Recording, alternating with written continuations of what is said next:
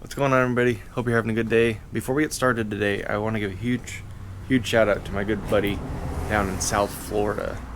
SoFlo Diesels started an Instagram page not too long ago. Actually, it's pretty fresh, and they've been just blowing up. Good dude. Talked to him a few times. Actually, talked to him a lot, and he sent me a shirt. And if you guys know, well, you don't know enough yet, but I'm kind of a weirdo when it comes to stickers, right? So we have this area right here on this bench that really desperately needs cleaned, and I'm gonna start at one end and we're gonna go to the other end, and once we run out of room we're gonna figure it out. But to me, stickers are kind of a roadmap, right? So they kind of tell a story from beginning to end, and you guys will kind of see that evolve as it comes. But he sent me one of his decals too, and I think we're gonna stick that here on our board. It's kind of hard to explain. It's gonna take a while for me to explain my thoughts on this and how I feel about them, but that's a subject for another time if you guys really want to know. I just want to tell you guys that other than making videos and working on this truck, the reason I like this truck community so much is I can't get much farther from Florida unless I go up into Washington or Canada, Alaska, whatnot. But I've made friends all around this country so far, just doing this stuff on Instagram and Facebook, and that's, to me, the important part is just the community of it. But I'm not going to bore you guys with all that stuff. So what are we going to do today? We're going to actually figure out or try to quiet this G56 transmission down. I love these Dodges, and I'm starting to love them more and more because quite frankly they're quirky. One thing about these trucks with the G56 transmission, so going back, little history on it.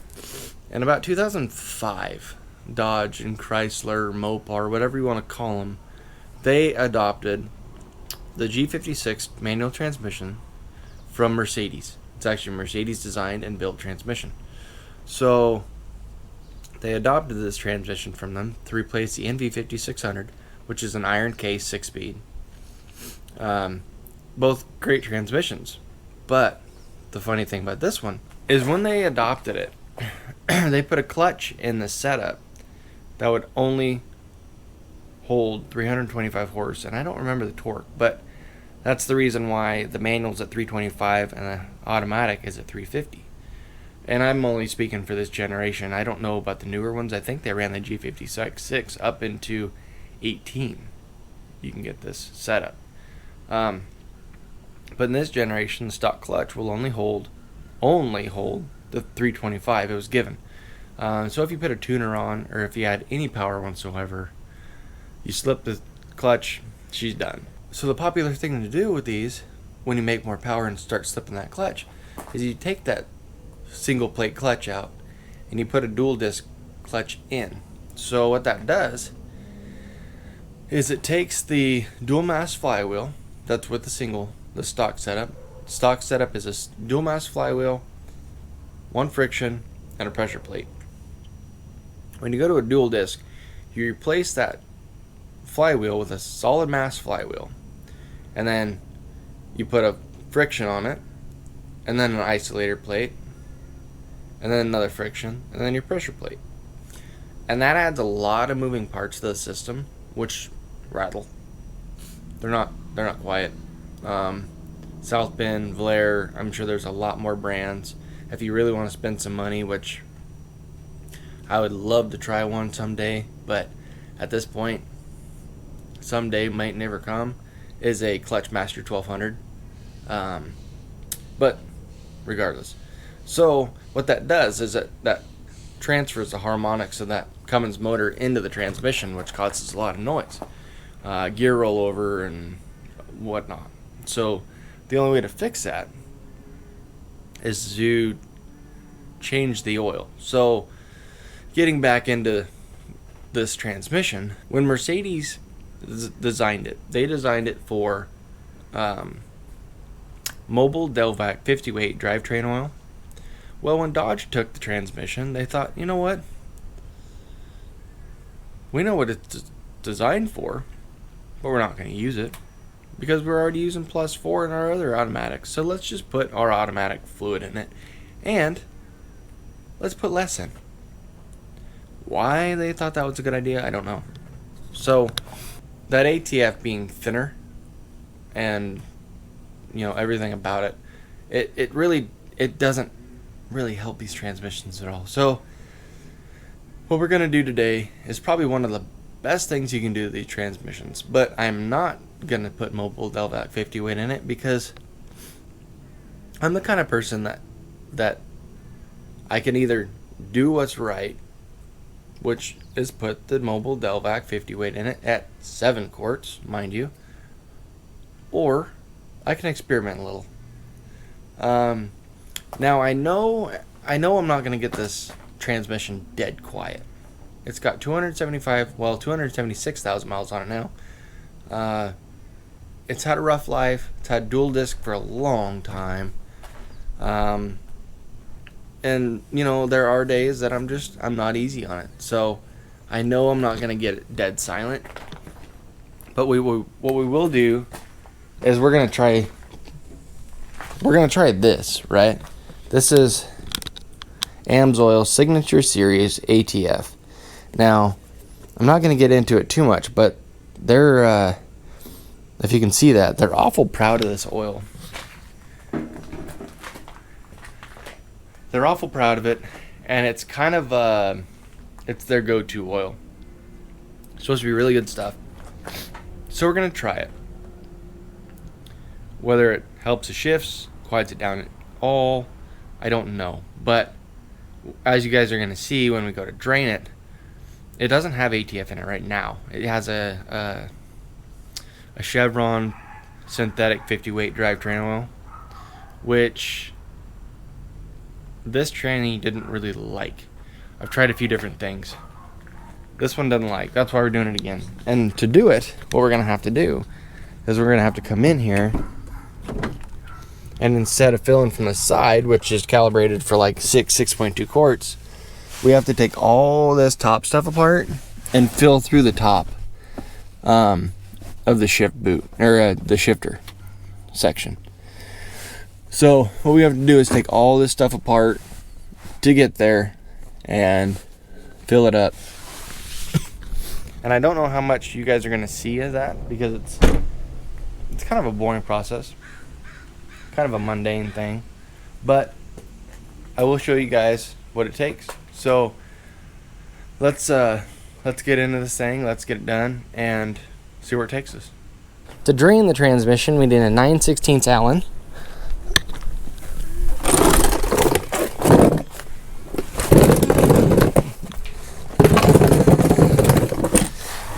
And a drain pan. There's our plug.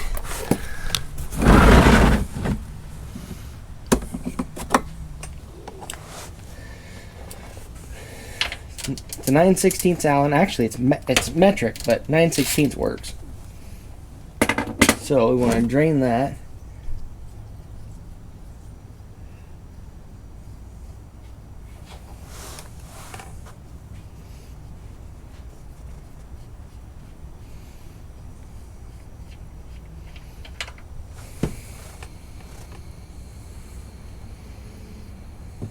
So this is the fun part. The fun part's going to be the fact that we don't fill from the side of the transmission now, because that drain plug, or that fill plug, that fill plug is set up for 6 quarts of oil. What we want to do, and one of the big to-do tricks for these transmissions, is to fill from the top and do 7 quarts of oil. You overfill them, get the oil level up in the gears and the shafts better, and it helps to quiet them down. So the first thing we need to do is we need to start pulling everything apart.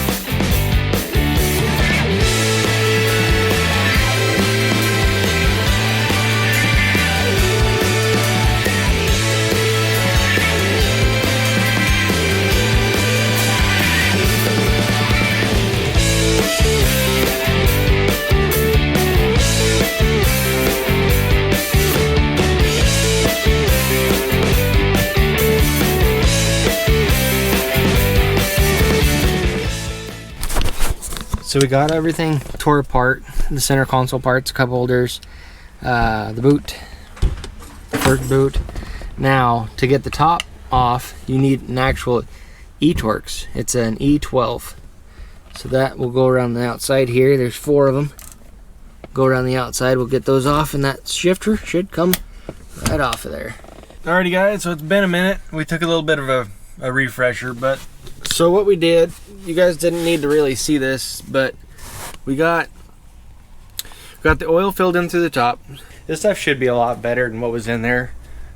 Way better than the +4. And we're just giving it a shot before we actually throw something else in it. Like I said, I've been trying a lot of different oils. I tried Synchromesh for a while. I liked it.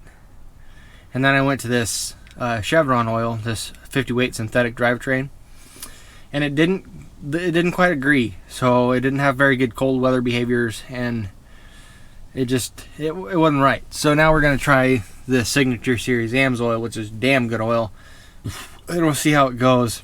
I got some new clamps for my boot. This boot I put on a while ago. I actually have a video for that. It's a Napa. It's actually a CV boot. Use an MP number. A lot of times the little factory red one that goes on there will rip and tear, and you'll actually get a lot of noise through that, and it'll smell horrible and leak everywhere. So I do have a video for this boot. This boot was a really good thing to do. So we got our panels cleaned up. I'm gonna get all that put together, put all that back together, and then we'll probably end up taking this thing around the block and seeing what we think.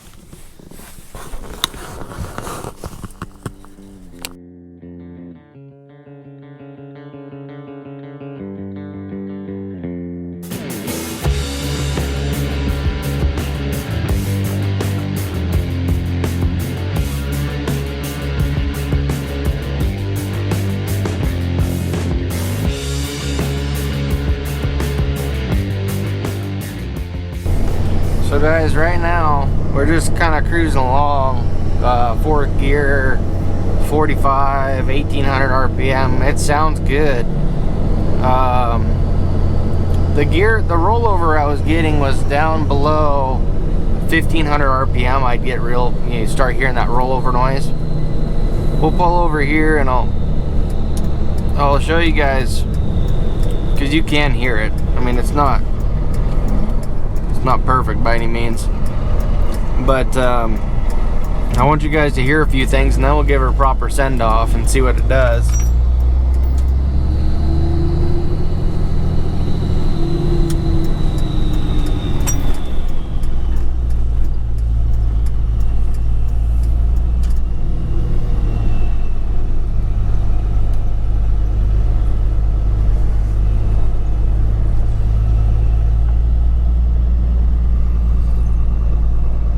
So I think that oil did quiet down a lot of what I was hearing, but like right now,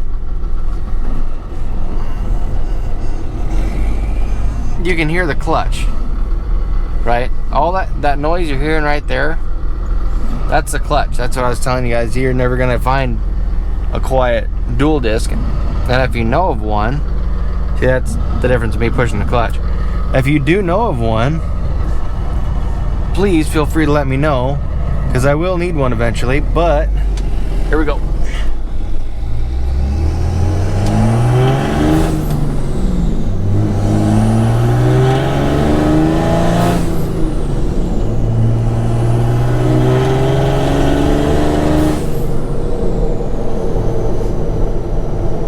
So it shifts smoother, way smoother than it did.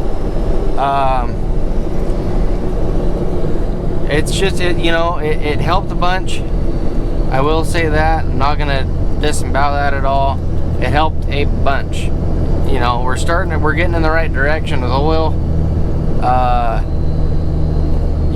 was a little skeptical because that Amsoil is still an ATF, an automatic transmission fluid, but it's better. It's better. So that's that. I mean, it's not that hard to change the oil out in these transmissions. Just got to remember, guys, that you wanna overfill that 1 quart. You want to put 7 quarts back in these things, and to do that, you either have to put the truck on a real steep side incline, which I have not done, but it can be done, or you fill from the top. You take the shifter off. But the important part is, however you can get it in there, you need to get 7 quarts in there, at least. I've heard of guys put 8 in. I've never done that much, but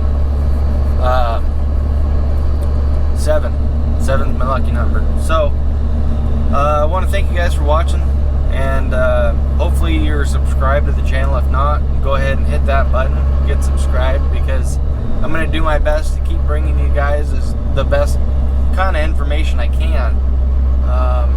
And please, if there's anything you want to see or want to know about, or just what, feel free to let me know down in the comments. And I think that's all I got, guys. I want you guys to have a good week, and we'll see you on the next one.